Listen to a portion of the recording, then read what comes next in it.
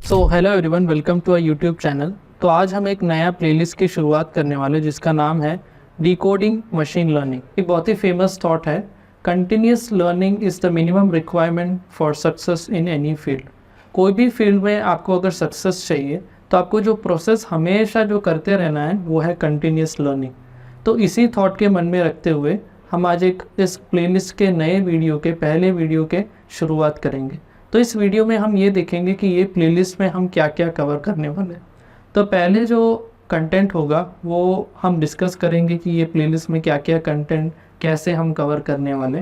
तो पहले हम स्टार्ट करेंगे मशीन लर्निंग के बेसिक्स से। जो होगा कवर करेंगे हम कि उसके अंदर क्या हिस्ट्री रहा, मशीन लर्निंग इन्वेंट कैसे हुआ, वो कैसे वो पूरे प्रोसेस इवॉल्व हुआ, वो सब के बारे में डिस्कस करेंगे। दूसरा हम एल्गोरिदम बेस पे जाएंगे कि जिसमें हम सारे एल्गोरिदम समझ रहे होंगे कि कौन से टाइप्स ऑफ एल्गोरिदम हैं, जैसे कि सुपरवाइज लर्निंग है, अनसुपरवाइज लर्निंग है। उसके अंदर भी बहुत सारे एल्गोरिदम्स हैं, जैसे कि सुपरवाइज लर्निंग में भी लीनियर रिग्रेशन।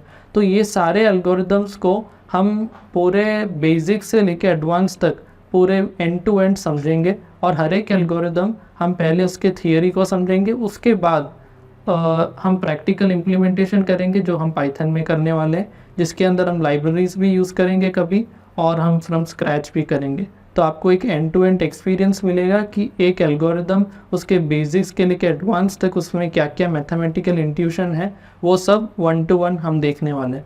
उसके बाद हम क्या करेंगे कि जो लाइब्रेरीज हम यूज़ कर रहे हैं उसके सारे एट्रीब्यूट्स को, सारे पैरामीटर्स को हर एक एल्गोरिदम के हम एक्सप्लोर करने वाले हैं। क्योंकि आजकल जब इंटरव्यूज़ पे आप जाते हो तो लोग इस जो एल्गोरिदम्स होते हैं उसके एट्रीब्यूट्स के बारे में पूछते हैं कि ये एट्रीब्यूट्स क्या काम करता है, इस एट्रीब्यूट को अगर मैं ट्वीक करूँ तो क्या होता है। तो आजकल जो इंटरव्यूज़ होते हैं तो ये सारे इन्फॉर्मेशन आपको जानना बहुत ज़रूरी है।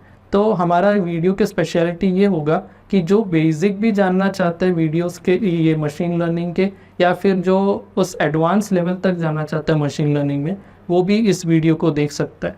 अभी हम स्पेशली हम ये देखेंगे कि who this video is for, this playlist is for. तो इसके ऑडियंस अगर हम देखें कि अगर आप एक स्टूडेंट हो, अंडर ग्रेजुएट स्टूडेंट हो, और आपको कुछ नया सीखना है मशीन लर्निंग के फील्ड में, एआई के फील्ड में, तो आप इस प्लेलिस्ट को देख सकते हो। क्योंकि हम एक बिगिनिंग से स्टार्ट कर रहे हैं, पूरे एक स्क्रैच से स्टार्ट कर रहे हैं, वहाँ से लेके एक एडवांस लेवल तक जा रहे हैं। और दूसरा, आप कहीं पे अभी जॉब कर रहे हो और आपको स्विच करने का एक प्लान है, आपको मशीन लर्निंग में, एआई में स्विच करना है, तो भी आपका एक फर्स्ट स्टेप, जो स्टार्टिंग स्टेप जो है वो मशीन लर्निंग है, तो आप इस प्लेलिस्ट को ऑप्ट कर सकते हैं। दूसरा जो एक ऑडियंस है वो ये है कि आप इंटरव्यू के लिए प्रिपेयर कर रहे हो और आपको एक कट शॉट जल्दी एक रिवीजन जैसे करना है आपको एल्गोरिदम्स के, तो आप इस वीडियो के इस प्लेलिस्ट को ऑफ कर सकते हो। तो हमने शॉर्ट में ये देखा कि ये कंटेंट क्या क्या कवर करने वाला है ये प्लेलिस्ट, और दूसरा हमने ये देखा कि कौन इस प्लेलिस्ट को देख सकता है, किसको ज़्यादा बेनिफिट होने वाला है। सो हमारा ये जो प्लेलिस्ट का फर्स्ट टॉपिक ये है कि एमएल का इंट्रोडक्शन देखेंगे। तो जैसे कि आप टाइटल दे सकते हो, ML a data centric approach. अभी इसमें से हर एक वर्ड को हम समझेंगे। पहले हम फॉर्मल डेफिनेशन के थ्रू जाएंगे। फॉर्मल डेफिनेशन ये, machine learning is a subset of AI that focuses on creating systems that can learn from data and improve the performance without explicit programming for every task.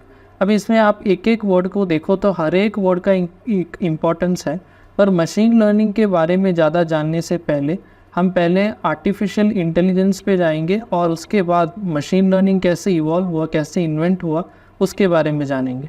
तो artificial intelligence के बारे में अगर हम देखते हैं तो AI is the broader concept focused on creating intelligent systems capable of mimicking human decision making. तो जब एआई एक इनोवेटिव आइडिया बन के आया 1956-1957 के अराउंड, एक कॉन्फ्रेंस में एआई टर्म जो है ऐसा डोमेन लॉन्च हुआ था एक कॉन्फ्रेंस में। तो उसके अंदर क्या था कि एक ह्यूमन ब्रेन के तरह, जैसे ह्यूमन सोचता है, रीज़न कर पाता है, वैसे एक सिस्टम बनाने का एक प्लान था। तो एआई एक ऐसा ब्रॉडर फील्ड है, पर उसको अचीव करने का अलग अलग तरीके हैं। तो सबसे पहले ये जो डायग्राम आप यहाँ पे देख रहे हो, जैसे कि जो आउटर जो सर्कल है वो आर्टिफिशियल इंटेलिजेंस है, उसके इनर सर्कल मशीन लर्निंग, फिर उसके अंदर डीप लर्निंग। ये जो सर्कल पूरा जो डायग्राम है ये बहुत ही फेमिलियर हो चुका है, और इसके क्या मतलब है वो आज हम थोड़ा डिकोड करने का ट्राई करेंगे। जैसे कि पहले एआई का टर्म आया था, तो एआई के टर्म स्टार्ट हुआ था 1956 के अराउंड, 1957 के अराउंड। तो उसमें क्या हुआ था कि तब तक जो एआई के इवोल्यूशन के पहले या एआई ऐसा डोमेन इन्वेंट होने के पहले प्रोग्रामिंग को हम ट्रेडिशनल प्रोग्रामिंग बोलते हैं, जिसमें सब कुछ रूल बेस्ड चलता था, जिसको हम बोल सकते हैं रूल बेस्ड। फॉर एग्ज़ाम्पल, आपको एक एग्ज़ाम्पल के लिए अगर आपको समझाऊं तो मान लो एक स्पैम क्लासिफिकेशन एक मॉडल में बना रहा हूं या फिर एक प्रोग्राम बना रहा हूं, तो उसमें क्या होगा, जैसे कि स्पैम्स में क्या होते हैं, आप अगर नोटिस करो तो लिखा होता है लॉटरी वर्ड लिखा होता है कभी कभी, या विन ऐसा कुछ लिखा होता है, विन लॉटरी ऐसा कुछ। तो स्पैम क्लासिफिकेशन अगर मैं उस टाइम में बना रहा होता हूँ जिस 1956 के पहले, तो उसमें क्या हो रहा होता है कि आप रूल्स लिखोगे कि अगर आपके मेल के कंटेंट के अंदर लॉटरी जैसा कोई वर्ड है या विन ऐसा कोई वर्ड है, तो आप क्या करोगे, वो मेल को स्पैम क्लासीफाई कर दोगे, और वरना अगर ऐसा कुछ नहीं होगा तो उसको आप हैम क्लासीफाई करोगे।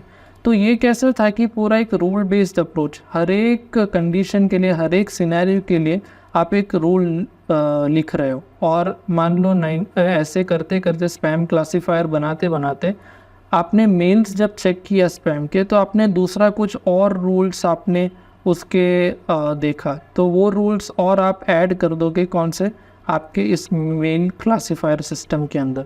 तो ऐसे ऐसे एक इंटेलिजेंस सिस्टम बनता था। तो आर्टिफिशियल इंटेलिजेंस के वो जो 1956-1957 जो एरा था, वो टाइम पे भी जब स्टार्ट हुआ था ये फील्ड, तो ट्रेडिशनल प्रोग्रामिंग फॉलो करके ही हुआ था। तो उसके वजह से क्या हुआ कि जो इंजीनियर्स थे या रिसर्चर्स थे, वो जब रिसर्च करते थे तो उनको बहुत हार्ड लगा ये चीज़ कि हर एक बार रूल्स ऐड करना। जैसे कि आपको एक दूसरा एग्जांपल दो, हम बना रहे एक स्टूडेंट ग्रेडिंग सिस्टम, एक स्टूडेंट ग्रेडिंग सिस्टम अगर हम बनाते हैं तो उसके अंदर हम स्टूडेंट के क्या क्या चेक करेंगे, जैसे कि आवर्स ऑफ स्टडी हम शायद चेक करेंगे। तो अगर आवर्स ऑफ स्टडी ज़्यादा है तो हम क्या करेंगे कि उसके पास होने का प्रोबेबिलिटी ज़्यादा है, हम बोल देंगे कि वो जो स्टूडेंट है वो पास हो सकता है। ऐसे आप डिस्कवर करते करते मान लो दूसरा एक और आपने एट्रीब्यूट ले लिया जिसका नाम है क्लास अटेंशन।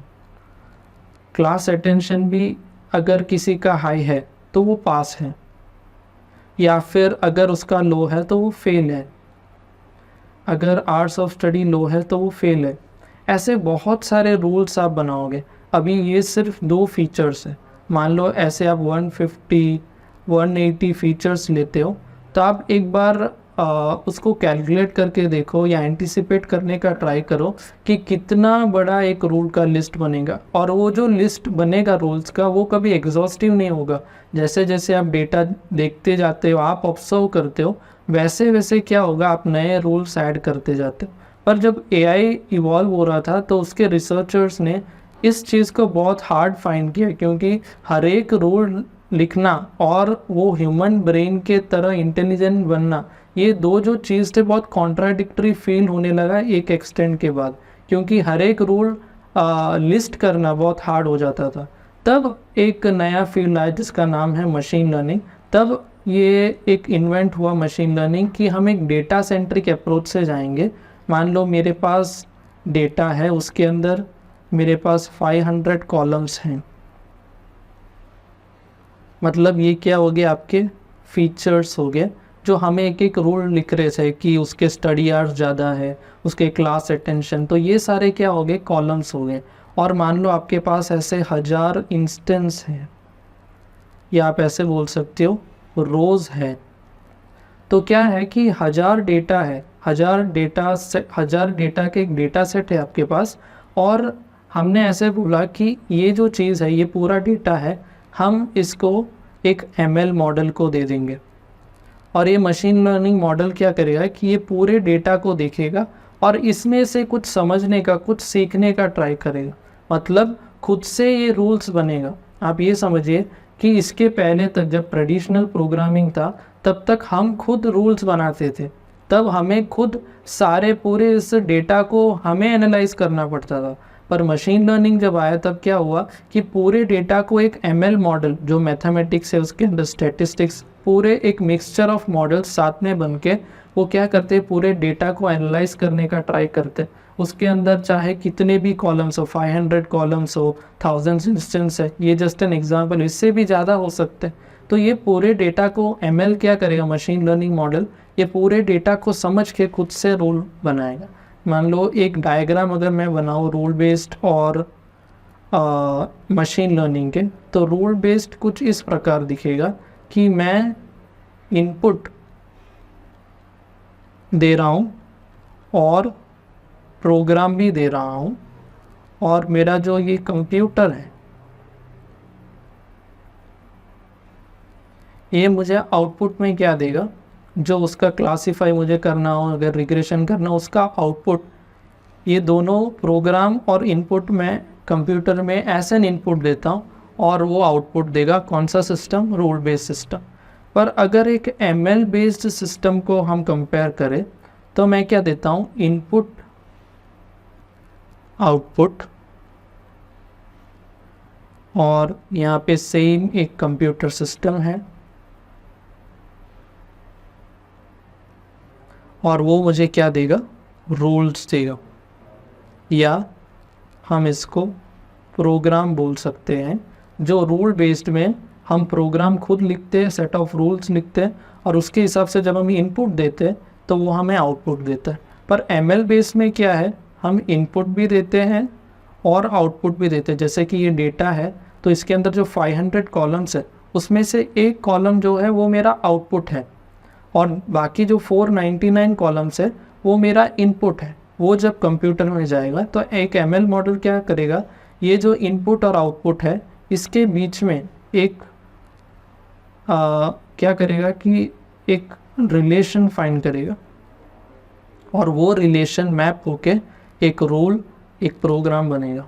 तो उसकी वजह से क्या होगा कि जैसे हमने टाइटल देखा, ML a data based, data centric approach, तो पूरे डेटा के बेस पे अभी जो रिसर्चर्स है हो सकता है कि उनकी गलती की वजह से अगर रूल बेस्ड होता तो कई बार कुछ चीज़ें, कुछ पॉइंट्स मिस हो जाते हैं जो सही में कंट्रोल हो जाना चाहिए था या फिर हैंडल हो जाना चाहिए था। पर अगर यहाँ पे आप ML बेस में देखो, आप डेटा जिस हिसाब से देते हो उसके हिसाब से पूरा मॉडल ट्रेन होता है और उस डेटा के अंदर जो चीज़ें हैं उसके हिसाब से वो पूरे उस रिलेशन को ट्रैक करने का ट्राई करेगा और हमें अच्छा एक आउटपुट देगा। और जैसे ये प्रोग्राम मेरा बन गया, इसमें जब आप एक इनपुट आउटपुट दोगे, जब आप एक इनपुट दोगे तो मुझे ये प्रोग्राम क्या करेगा, एक आउटपुट दे देगा। तो इसकी वजह से आप देख पा रहे हो जैसे कि मेरा पूरा रूल बेस्ड सिस्टम काम कर रहा था विथ ह्यूमन इंटरवेंशन, और ML बेस्ड मॉडल कैसे काम करना, मुझे सिर्फ डेटा फीड करना है, कंप्यूटर उसको पूरा अंडरस्टैंड करके रूल्स या प्रोग्राम में मुझे पूरा आउटपुट देगा। तो इस वीडियो के नेक्स्ट टॉपिक है इम्पैक्ट ऑफ मशीन लर्निंग। हम इस सेक्शन में ये समझेंगे कि मशीन लर्निंग ने क्या क्या इम्पैक्ट लाया अलग अलग डोमेन्स में। तो पहले डोमेन जो आप देख सकते हो स्क्रीन पे, पहला डोमेन है हेल्थ केयर। तो हेल्थ केयर के जो डोमेन है उसके अंदर कौन से ऐसे चेंजेस या इम्पैक्ट मशीन लर्निंग ने लाया। तो हेल्थ केयर में आप आज अगर थोड़ा गौर से देखो तो पहला आप ऐसा समझ सकते हो, जो ड्रग डिस्कवरी जो आज हो रहा है कि बहुत सारे ऐसे डिजीज़ेस तो आ रहे हैं पर वो सबके लिए जो ड्रग्स फाइंड होते हैं उसके लिए मशीन लर्निंग बहुत हेल्प करता है कि जो अलग अलग दूसरे जो पहले के जो ड्रग्स थे उसको एनालाइज करते, उसके डिसीज़ेस को एनालाइज करते। तो जो नए डिजीज़ेस जब आते हैं तो उसके लिए क्या ड्रग बन सकते हैं, कौन से कॉम्बिनेशंस कर सकते हैं, वो सब ट्राई करके मशीन लर्निंग हेल्थ केयर में ड्रग डिस्कवरी में बहुत इम्पैक्ट ला रहा है। दूसरा जो सबसे मेन इम्पॉर्टेंट चीज़ ये है कि ये डिज़ीज़ को डायग्नोस करने में बहुत हेल्प करता है। डिज़ीज़ डायग्नोसिस, जैसे कि आजकल जो डॉक्टर्स होते हैं जो मान लो 20 to 30 ईयर्स के एक्सपीरियंस के जो डॉक्टर्स होते हैं उनको भी कई कई ऐसे टाइम ऐसे होता है कि बहुत सारे डिजीज़ वो ट्रैक नहीं कर पाते या डायग्नोस नहीं कर पाते। पर आजकल क्या है कि एआई की वजह से, मशीन लर्निंग की वजह से उनको सिम्टम्स देने के, एक मशीन लर्निंग मॉडल को जब हम सिम्टम्स देते हैं तो वो हमें डिजीज़ प्रेडिक्शन और उसके परसेंटेज या उसका एक प्रोबेबिलिटी देता है कि कितने प्रोबेबिलिटी है कि ये पेशेंट को ये डिज़ीज़ है। तो हेल्थ केयर में अगर आप देखो तो ये चीज़ जो है मशीन लर्निंग, ये बहुत ही ज़्यादा हेल्प कर रहा है। अभी जैसे कि हमने पहले देखा ड्रग डिस्कवरी, दूसरा डिसीज़ डायग्नोसिस।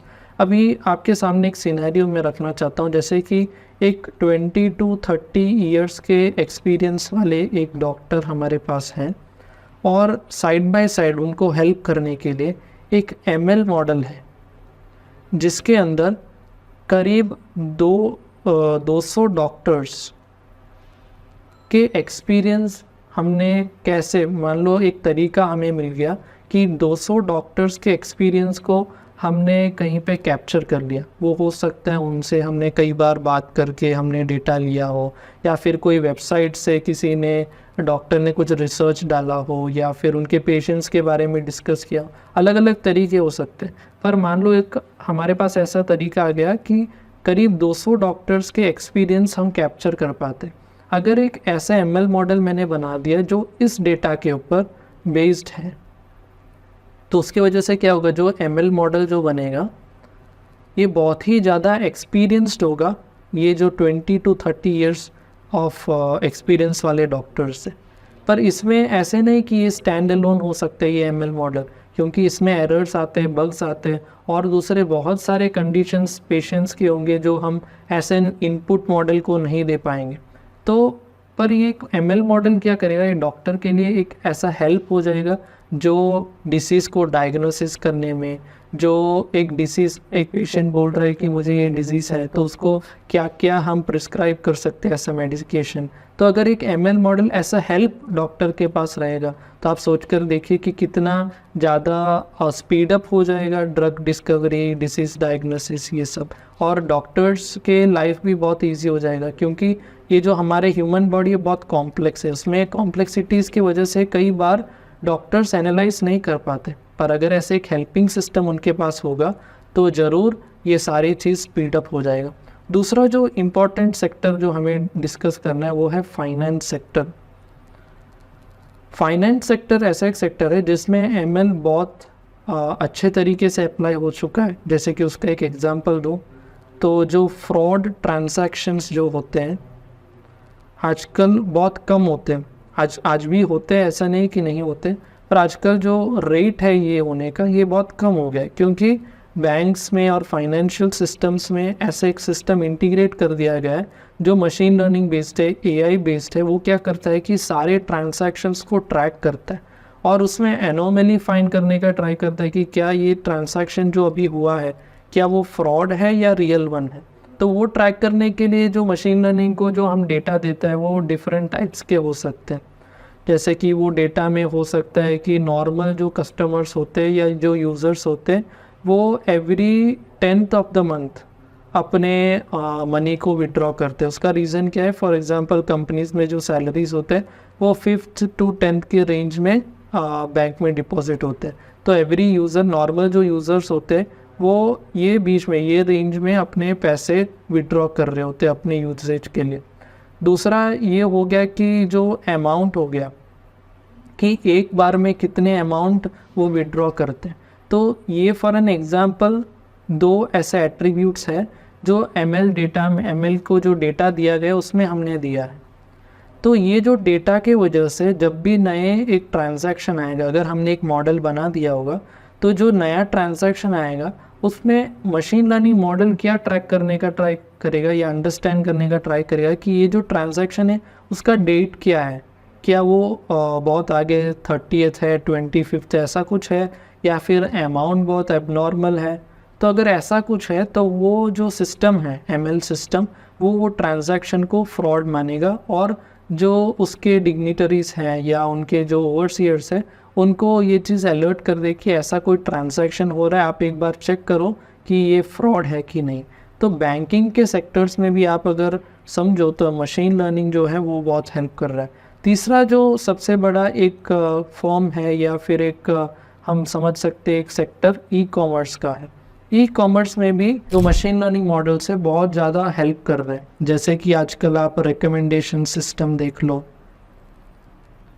ये सारे जो सिस्टम्स वो सब क्या यूज़ करते हैं, at the base machine learning model ही होते हैं, पर उनको अलग थोड़ा मतलब अलग अलग मशीन मॉडल्स को कंबाइन करके वो थोड़ा कॉम्प्लेक्स बन जाता है, पर सबका बेस जो है मशीन लर्न करता है वो बेस है।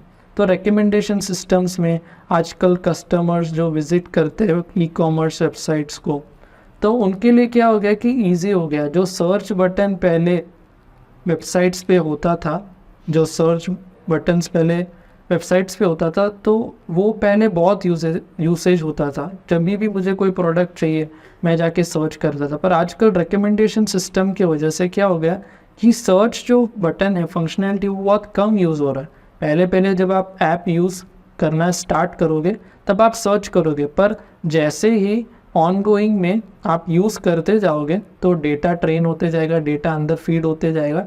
तो जो ML मॉडल इनके अंदर जो बैकएंड में जो ई कॉमर्स वाले ने बना के रखा होगा वो क्या करता है कि आपके डेटा को एनालाइज करके आपके जो रिक्वायरमेंट्स है उसके हिसाब से आपको आइटम्स या उसको ई कॉमर्स जो भी प्रोडक्ट्स के रिलेटेड हो उसके रिलेटेड आपको रेकमेंड करता रहेगा। तो ई कॉमर्स भी ऐसा एक सेक्टर बन चुका है जहाँ पे आप देख सकते हो कि बहुत ज़्यादा मशीन लर्निंग आजकल हेल्प कर रहा है। तो दूसरे जो नेक्स्ट जो एक फील्ड हम बोल सकते हैं वो है image and video processing. Image and video processing, आजकल जो सैटेलाइट होते हैं जोग्राफिकल जो डेटा हमें देता है वो सब कहाँ से आते हैं, सैटेलाइट से आते हैं। तो वो सैटेलाइट इमेज को मुझे प्रोसेस करना हो गया, तो ये सारे फील्ड में भी क्या यूज़ होता है, मशीन लर्निंग मॉडल्स यूज़ होते हैं अलग अलग चीज़ें फाइंड करने के लिए। जैसे कि मैंने एक रिसर्च पेपर ऐसा पढ़ा कि ट्रैफिक को एनालाइज करने में भी आजकल क्या यूज़ होता है, इमेज वीडियो प्रोसेस करते हैं using machine learning models for traffic recognition. जो नेक्स्ट एक फील्ड है जो बहुत लंबे टाइम से बूम पे है उसका नाम है ऑटोनोमस व्हीकल, और ये आज भी इवॉल्व हो ही रहा है। इसके अलग अलग वर्जन्स लॉन्च हो रहे हैं ऑटोनोमस व्हीकल। जैसे कि आपको कंपनी का नाम पता ही होगा टेस्ला, वो क्या करता है कि ऑटोनोमस व्हीकल बनाते हैं जो सेल्फ ड्राइविंग कार्स हम जिसको बोलते हैं। उसके अंदर क्या होता है कि अलग अलग सेंसर्स होते हैं, और उसके अंदर भी एक बेस देखने जाए तो उसके अंदर भी एक ML मॉडल ही होता है। और ये ML मॉडल क्या करता है कि इनकमिंग ये जो सेंसर्स के डेटा है इसको प्रोसेस करता है, और वो जिस डेटा पे प्रोसेस्ड हुआ है या ट्रेन हुआ है उसके हिसाब से ये डेटा को कंपेयर करता है नई इनकमिंग डेटा को, और उसके हिसाब से क्या करता है कुछ प्रेडिक्शन करता है या क्लासिफिकेशन करता है कि क्या स्पीड होना चाहिए गाड़ी का, अभी स्टीयरिंग व्हील जो है कौन से एंगल में मुझे टर्न करना है। वो सब जो डिसीशंस जो होता है वो पूरे ML मॉडल के मदद से होता है। जैसे कि मैंने बोला आजकल ML बहुत सारे सिस्टम कॉम्प्लेक्स दिखाया जाता है, डीप लर्निंग यूज़ कर रहे हैं ऐसा बोलते हैं, जनरेटिव AI, ये सब अलग अलग कंपोनेंट्स है, पर ये सबके बेसिक क्या है, ML मॉडल। और जब एक कॉम्प्लेक्स सिस्टम कैसे बनता है, जैसे कि ऑटोनोमस व्हीकल है, तो अलग अलग मेट्रिक्स को ट्रैक करने के लिए अलग अलग ML मॉडल्स होंगे, तो ये सब साथ में जब आएंगे तब एक कॉम्प्लेक्स इंटेलिजेंट सिस्टम हम उसको बोल सकते हैं। तो इस सेक्शन में हमने देखा कि कौन से ऐसे फील्ड्स हैं जहाँ पे मशीन लर्निंग बहुत ही ज़्यादा बूम में है या हेल्प कर रहा है, जैसे कि हेल्थ केयर है, फाइनेंस सेक्टर है, e commerce, image video recognition, फिर हमने देखा ऑटोनोमस व्हीकल। ये 5 तो सिर्फ एग्जांपल्स हैं, ऐसे बहुत सारे ऐसे माइक्रो सेक्टर्स भी है जहाँ पे हम बोल सकते हैं कि मशीन लर्निंग बहुत हेल्प कर रहा है। आजकल एग्रीकल्चर में भी क्रॉप्स को सही से इन्विजिलेट करने के लिए, उसको हमेशा ट्रैक रखने के लिए, वो सब के लिए आजकल क्या यूज़ होता है, मशीन लर्निंग के मॉडल्स। देखिए एक और बार आपको याद दिलाना चाहता हूँ, जितने भी कॉम्प्लेक्स सिस्टम्स AI के रिलेटेड बनते हैं वो सब जो हम बोलते हैं कि AI है वो सब बेस्ड है एक बेसिक मशीन लर्निंग मॉडल्स के ऊपर, पर जब मल्टीपल चीज़ें कंबाइन होता है तो वो ऐसा कॉम्प्लेक्स इंटेलिजेंट सिस्टम बिहेव करता है। अब ये जो नेक्स्ट सेक्शन है वीडियो का, उसमें ये हम समझेंगे कि मशीन लर्निंग के अलग अलग कंपोनेंट्स क्या है। जैसे कि पहले कंपोनेंट के बारे में अगर बात करें तो वो है डेटा। क्योंकि आप अभी समझो जैसे मशीन लर्निंग क्या है और किस चीज़ के ऊपर ट्रेन होता है, वो सब हम अभी समझ रहे हैं इसके पहले सेक्शंस में। तो हमने देखा कि डेटा जो चीज़ है वो बहुत ही इम्पॉर्टेंट है, क्योंकि पूरा जो रूल बेस्ड सिस्टम था उसमें ह्यूमंस इंटरवेन करके पूरे देखते थे कि डेटा कैसा है। अगर स्पैम क्लासीफायर का ही एक एग्जांपल लेके हम आगे जाए तो पूरे मेल्स को वो एनालाइज करते थे ह्यूमंस खुद, कि उसके अंदर कैसे वर्ड्स प्रेजेंट होते हैं स्पैम मेल्स के अंदर, और उसके हिसाब से रूल लिखते हैं। अभी हमने एक डेटा सेंट्रिक अप्रोच तो बना दिया मशीन लर्निंग, पर जो डेटा हम दे रहे हैं वो कैसे क्वालिटी का है और कैसे टाइप की डेटा हम उसको प्रोवाइड कर रहे हैं, वो सब चीज़ बहुत इंपॉर्टेंट है। तो डेटा के बारे में जब हम बात करते हैं तो उसके अंदर क्या क्या इंपॉर्टेंट है, डेटा का जो क्वालिटी है वो हम एक देख सकते हैं। दूसरा जो फॉर्मेट है डेटा का वो क्या है, क्योंकि यहाँ पे CSV हो सकता है या फिर एक इमेज हो सकता है या न्यूमेरिक फॉर्मेट में हो सकता है। तो अलग अलग फॉर्मेट्स में डेटा हो सकते हैं। फिर दूसरा कि हम इसको कितना बिलीव कर सकते हैं वो क्वालिटी के अंदर ही आता है। पर ऐसे आजकल बहुत मशीन लर्निंग के ऐसे फील्ड्स है जहाँ पे डेटा का वैलिडिटी चेक किया जाता है कि कितना वैलिड है डेटा, कितने टाइम के लिए मैं उस डेटा को वैलिड मान सकता हूँ। तो ये सारे चीज़ें किस में आते हैं, डेटा। और कंपोनेंट्स ऑफ मशीन लर्निंग जब हम देखते हैं तो डेटा सबसे इम्पॉर्टेंट है। और एक कहावत ऐसा है कि गार्बेज इन गार्बेज आउट। इसका मतलब क्या है कि अगर आप डेटा में पूरा गार्बेज भर रहे हो, ख़राब डेटा से भर रहे हो, तो आपको जो ML मॉडल इसके ऊपर से मिलेगा वो भी कैसे होगा, एक ट्रू मॉडल नहीं होगा, वो क्या होगा, फॉल्स मॉडल, जो गलत आउटपुट्स को हमें आउटपुट दे रहा है। ये क्या देगा, रॉन्ग आउटपुट्स हमें देगा। उसका रीज़न क्या है, क्योंकि हमने गार्बेज दिया है, ख़राब डेटा दिया है। तो ये एक रूल है कि अगर आप गार्बेज दे रहे हो आपको गार्बेज आउटपुट मिलेगा। अगर आप अच्छे डेटा को दे रहे हो एक ML मॉडल के अंदर तो आपको एक अच्छा आउटपुट मिलेगा आपके प्रॉब्लम डेफिनेशन के ऊपर। तो जब कंपोनेंट्स ऑफ डेटा, हम कंपोनेंट्स ऑफ मशीन लर्निंग समझ रहे तो डेटा एक बहुत ही बड़ा इम्पॉर्टेंट हिस्सा है, सब समझ सकते हैं। दूसरे जो इम्पॉर्टेंट चीज़ है वो है एल्गोरिदम्स। जैसे कि हमने मशीन लर्निंग जब हम डेफिनेशन देख रहे थे वहाँ पे हमने समझा कि हर एक चीज़ के लिए, हर एक सिनेरियो के लिए मुझे एक्सप्लिसिटली कोड नहीं करना पड़ता। तो मेरे पास, जैसे कि हमने पहला कंपोनेंट डिस्कस किया है कि डेटा है, अभी ये डेटा को ट्रैक करने के लिए या इसको समझने के लिए, या हम ऐसे और एक वर्ड यूज़ कर सकते हैं कि रिलेशन फाइंड करने के लिए। जैसे कि फॉर एग्जांपल एक डेटा आपको दूं, एक एम्प्लॉय का डेटा है जिसमें उसका ईयर ऑफ एक्सपीरियंस है, ईयर ऑफ एक्सपीरियंस है। दूसरा कॉलम मेरे पास है जो उसका सैलरी है। जैसे ईयर ऑफ एक्सपीरियंस मान लो 3 ईयर्स ऑफ एक्सपीरियंस है तो उसको 150K उसको सैलरी मिल रहा है। जैसे दूसरा एक डेटा ईयर्स ऑफ एक्सपीरियंस मान लो उसको 10 साल के एक्सपीरियंस है तो उसमें मान लो 450K उनको सैलरी मिल रहा है। फिर से अगर 2 साल की एक्सपीरियंस हो फिर से 50K उनको सैलरी मिल रहा है। तो ये पूरा कैसा है कि एक डेटा बन रहा है एक ML मॉडल के लिए। तो ईयर्स ऑफ एक्सपीरियंस और सैलरी के बीच में एक रिलेशन है अगर आप ध्यान से देखो तो। जैसे years of experience, years YO of EXP लिखते हैं, जैसे ये बढ़ रहा है तो मेरी जो सैलरी है ये भी बढ़ रहा है। अगर मेरे ये घट रहा है ईयर्स ऑफ एक्सपीरियंस तो सैलरी भी घट रहा है, कम हो रहा है। तो उसकी वजह से क्या है कि आप समझ सकते हो कि ये डेटा के अंदर पूरा एक रिलेशनशिप बन रहा है।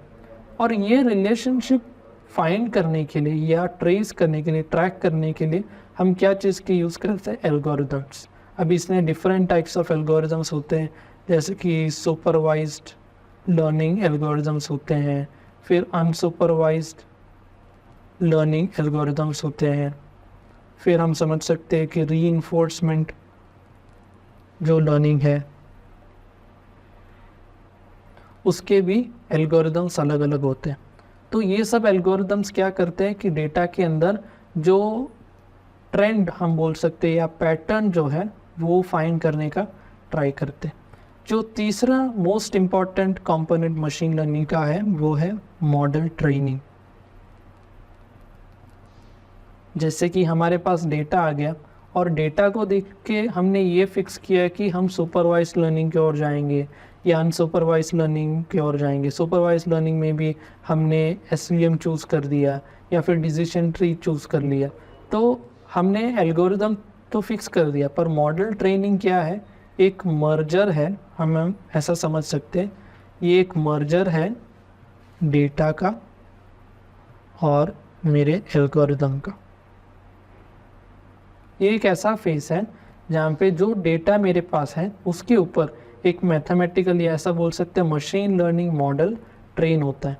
वो क्या करता है, मशीन मॉडल ट्रेन जब हो जाता है तो मुझे क्या देता है, वो एक मॉडल, या हमने जो पहले डायग्राम ड्रॉ किया उसके बेस पे बोले तो मुझे रूल्स निकाल के देता है।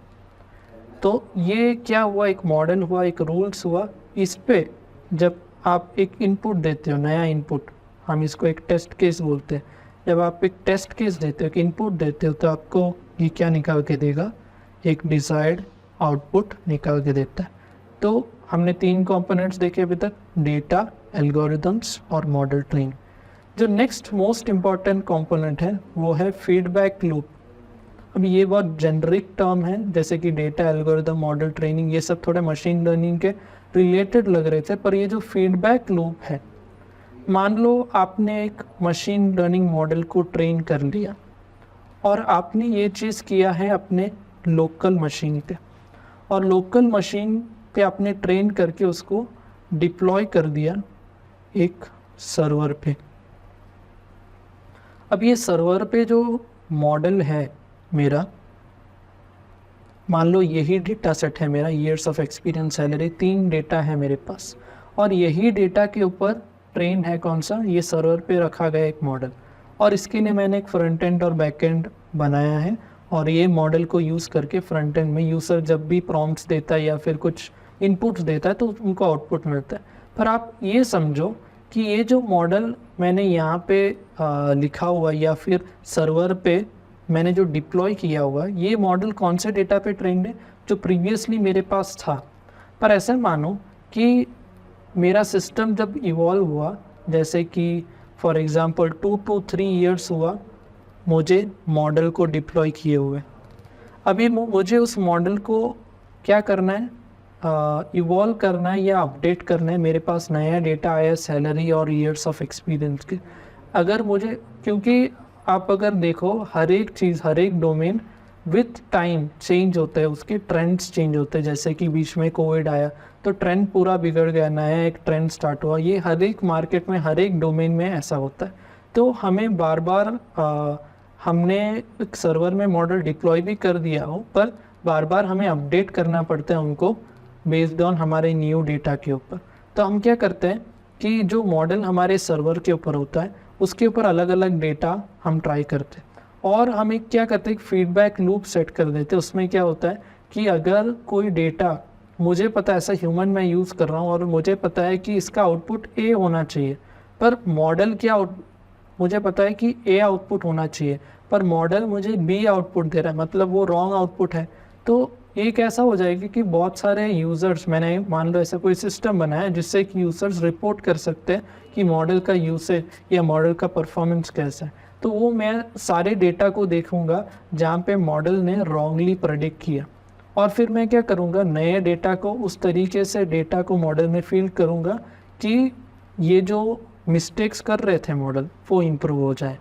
तो उसके हिसाब से क्या होगा, ऑन द गो आप सर्वर में आपने डिप्लॉय कर दिया है, पर ऑन द गो जैसे जैसे टाइम आगे जाता जाएगा, आपके 2 साल हुए, 3 साल हुए, 5 साल हुए, आपके जो मशीन लर्निंग सिस्टम है वो इंटेलिजेंट होता जाएगा। अभी ये जो इंटेलिजेंट करने का जो तरीका है वो अलग अलग तरीके, जैसे कि आप ऑफलाइन लर्निंग बोल सकते हो, ऑनलाइन लर्निंग बोल सकते हो। ये सारे जो तरीके हैं ये मशीन लर्निंग के डिप्लॉयमेंट के बेस पे है कि आप किस चीज़ पे, किस वे पे आप डिप्लॉय कर रहे हो, क्या आप ऑनलाइन डिप्लॉय कर रहे हो, मतलब ऑनलाइन जैसे मशीन लर्निंग एक सर्वर पे वहीं पे वो चीज़ों को डेटा के ऊपर ट्रेन कर रहा है, या फिर आपको सर्वर से वो जो मॉडल प्री एग्जिस्टिंग आपका था उसको डाउनलोड करके फिर से आप उस पर कुछ अपडेट करके फिर से आप सर्वर पे अपलोड करोगे। तो ये अलग अलग तरीका है, हम इसको भी आगे एक्सप्लोर करेंगे कि ऑनलाइन लर्निंग क्या होता है, बैच लर्निंग या ऑफलाइन लर्निंग क्या होता है, ये सब आगे हम डिस्कस करने वाले हैं। पर ये सेक्शन में हमने ये देखा कि कंपोनेंट्स ऑफ मशीन लर्निंग क्या क्या है। तो पहला था डेटा।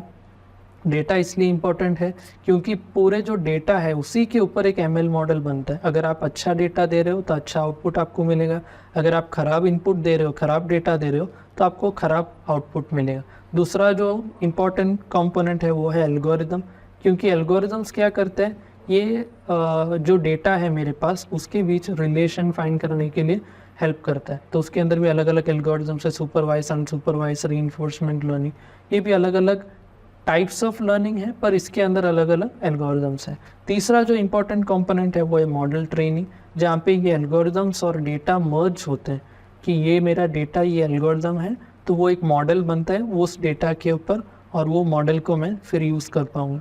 और जैसे ही मैंने डिप्लॉय कर दिया फिर ये स्टेप आता है, फोर्थ स्टेप जो है फीडबैक लूप, हम जिसको बोलते हैं। फीडबैक लूप क्या करता है कि मेरे जो मॉडल है वो सर्वर पे है, पर कंटिन्यूसली हम फीडबैक लेते हैं, जिस इंस्टेंसेस पे वो रॉन्ग प्रेडिक्शंस कर रहा है उसको हम ट्रैक करते हैं, डेटा बनाते हैं उसके लिए, फिर से हम एक नया एमएल मॉडल को ट्रेन करते हैं। उसके वजह से ऑन द गो आपके जो टाइम जब बढ़ते जाएगा तब आपके एमएल सिस्टम जो है वो इम्प्रूव होता जाएगा। तो नेक्स्ट जो सेक्शन है हमारे वीडियो का वो है types of data in ML. हमने देखा कि कंपोनेंट्स ऑफ मशीन लर्निंग में डेटा बहुत ही बड़ा एक इम्पॉर्टेंट पार्ट है।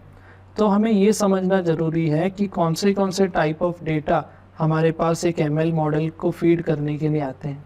तो पहला जो टाइप ऑफ डेटा जैसे आप स्क्रीन में देख पा रहे हैं वो है लेबल्ड डेटा।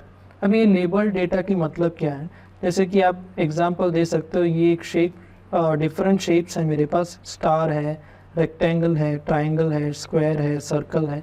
तो ये डिफरेंट शेप्स हैं मेरे पास, और ये सबके लेबल मैंने रखे हुए, star, rectangle, triangle, square, circle, ये सब मैंने लेबल्स रखे हुए। लेबल्स मतलब आप क्या समझ सकते हो, ये जो मैंने लेबलिंग किया है कि ये जो शेप है वो रेक्टेंगल है, अब ये जो शेप है वो ट्रायंगल है।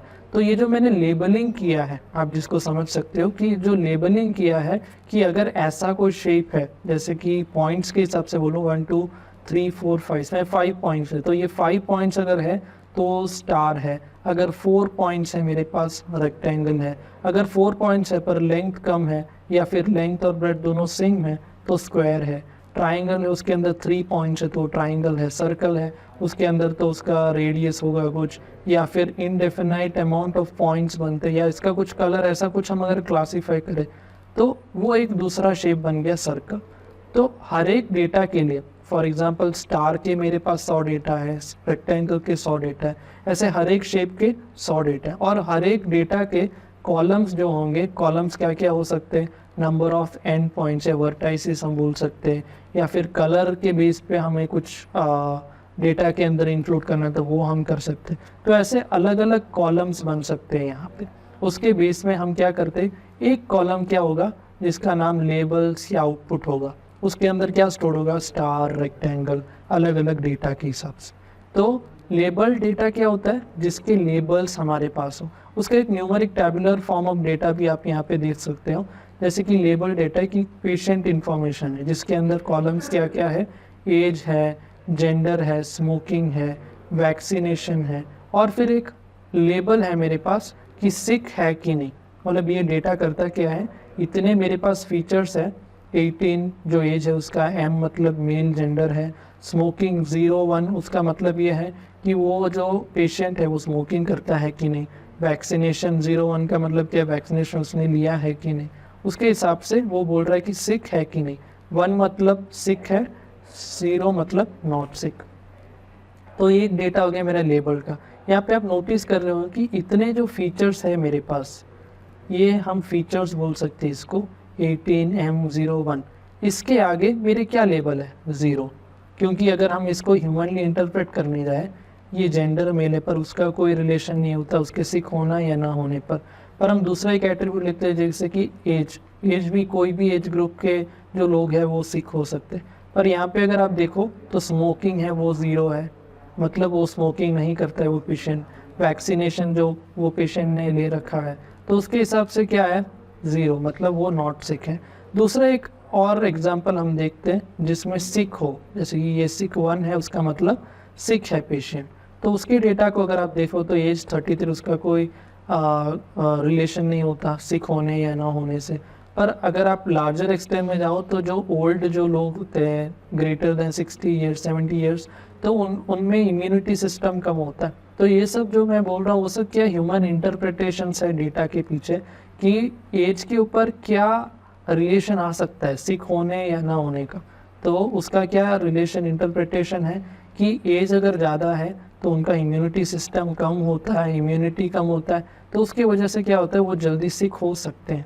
तो ये सारे रिलेशंस हम ह्यूमनली इंटरप्रेट करते हैं, पर मशीन लर्निंग कैसे उसको समझता है वो हम देख रहे हैं। तो ये लेबल डेटा इसके अंदर देखो जेंडर फीमेल है और स्मोकिंग ही करते हैं, ये पेशेंट जो है स्मोकिंग करते हैं इसलिए 1 लिखा है, वैक्सीनेशन इन्होंने लिया नहीं है तो उसकी वजह से क्या है वो पेशेंट सिक है।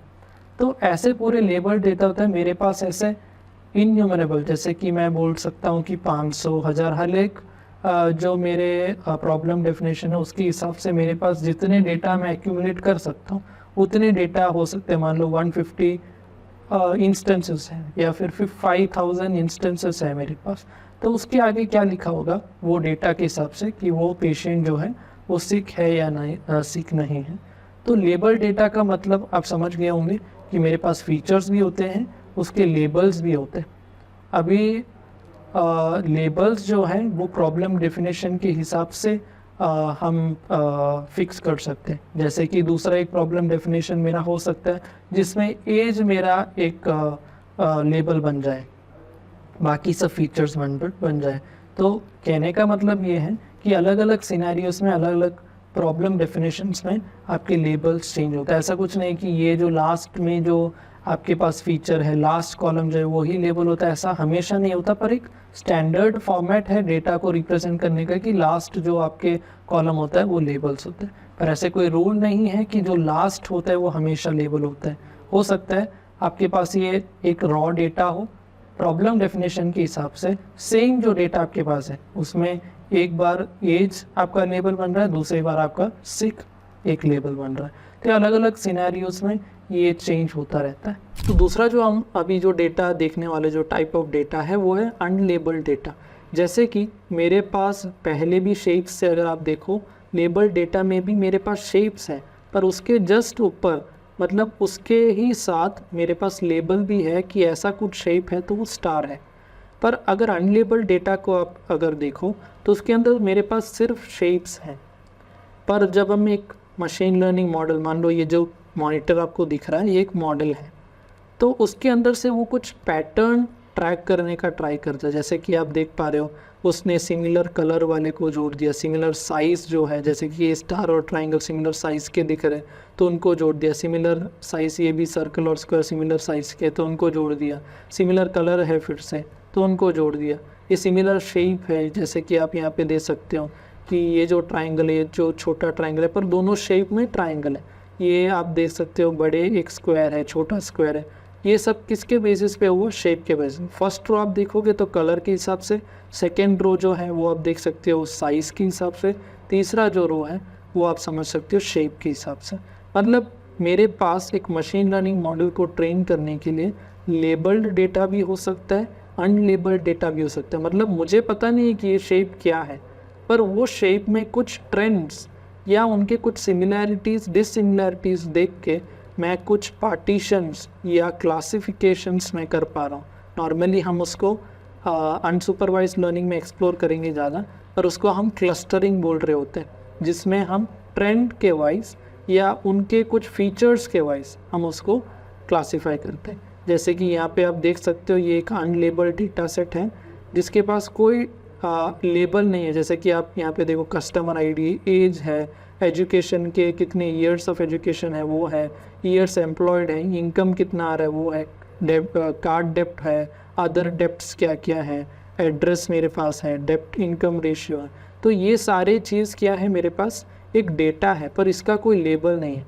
तो अगर आप इसको ऐसा ऐसा ग्राफ भी प्लॉट करो, ग्राफ के थ्रू आप इसको विजुलाइज करने का ट्राई करो। मान लो मेरा ऐसा पॉइंट्स बन रहा है, ठीक है, मेरा ऐसा पॉइंट्स बन रहा है। ये जब ये डेटा को मैं प्लॉट कर रहा हूँ, दूसरे मैंने सारे डेटा को जो प्लॉट किया तो ऐसा कुछ ग्राफिकली दिखा। तो आपको ऐसा, जब मान लो ये मेरा y है और ये मेरा x है, तो जब आपने प्लॉट किया एक एक्स वाई प्लेन में, तो आप देख पा रहे हो यहाँ पे आपके पास ग्रुप्स बन रहे हैं। ये एक ग्रुप है, ये एक ग्रुप है। तो ये सब हो सकते हैं कि ये कलर के हिसाब से कुछ ग्रुप बना है। मतलब आप जितने फीचर्स को प्लॉट करते हो उसके हिसाब से होता है कि मान लो आपने कलर के फीचर्स को आपने प्लॉट किया है, तो क्या होगा कि कलर के हिसाब से येलो है तो ये सारे येलो वाले एक क्लस्टर के अंदर हो गए, दूसरे जो पिंक जैसे जो कलर है तो वो दूसरे क्लस्टर के अंदर हो। तो अनलेबल्ड डेटा हमने समझा कि इसके अंदर कोई लेबल नहीं होता, पर इसके अंदर कुछ हम पैटर्न या कुछ ऐसे ट्रेंड एनालाइज करके उससे कुछ मैपिंग बना रहे होते हैं। तो हमने ये सेक्शन में 2 टाइप्स ऑफ डेटा देखा, एक है लेबल्ड डेटा, दूसरा हमने देखा अनलेबल्ड डेटा। दोनों क्या चीज़ के लिए यूज़ होता है, मशीन लर्निंग मॉडल को ट्रेन करने के लिए। तो अगर आपको ये वीडियो पसंद आया तो हमारे वीडियो को लाइक करिए, अपने दोस्तों के साथ शेयर करिए, और आगे भी आपको ऐसे ही वीडियोस चाहिए तो कमेंट डाउन बिलो, और हमारे यूट्यूब चैनल को सब्सक्राइब भी कीजिए। Thanks for watching.